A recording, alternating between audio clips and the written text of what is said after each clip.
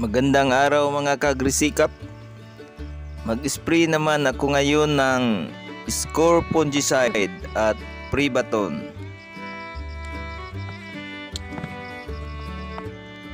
Ang dosage ng Score Fungicide ay 25 ml per 16 liters tank load of sprayer.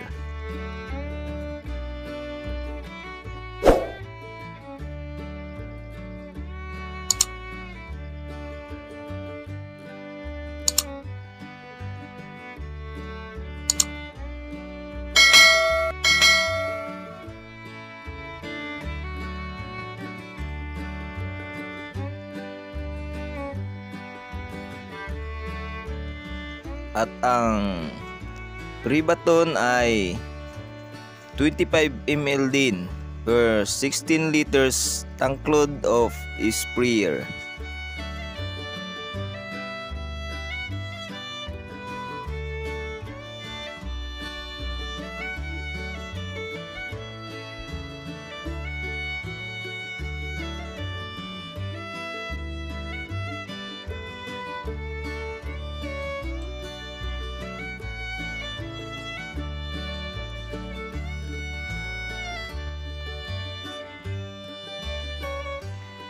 Isprehan ko ng Score Fungicide para bumalik ang kagandahan ng dahon ng palay, kasi 2 bisis na ito naapawan ng baha.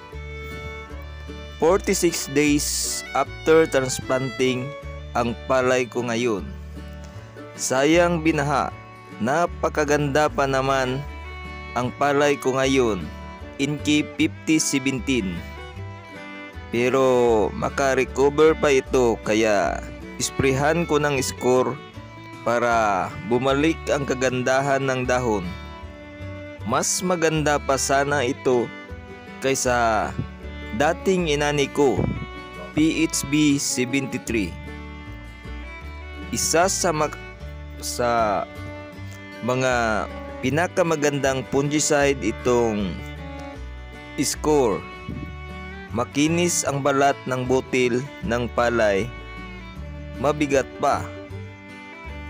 At hinaluan ko ito ng Prebaton para hindi na dumami pa ang leaf folder. Prebensyonan ko agad, hirap na kung pabayaan lang. Maapektuhan ang bunga ng palay. Napakaganda pa naman ang 5017 hybrid rice. Sayang nga na binaha. Napigilan ang tubo ng palay. Buti na lang hindi nalanta, humibas agad. Kasi marami dito na totally damaged talaga ang kanilang palay dahil sa baha. Nalanta ang kanilang palay. Ang iba ay may bunga na. Sayang, malaki na ang gastos. Parang naisprehan ng fungicide ang kanilang palay. Sunog na tingnan. Wala talaga tayong magawa kapag kalikasan na ang sumira ng ating palay. Okay lang sana kung 1 o 2 o 3 araw lang naapawan, pero 1 linggo. Kaya nalanta talaga ang kanilang palay. Napakamahal pa naman ang presyo ng palay ngayon, lalo na't binaha dito sa Mindanao. El Nino naman sa Luzon.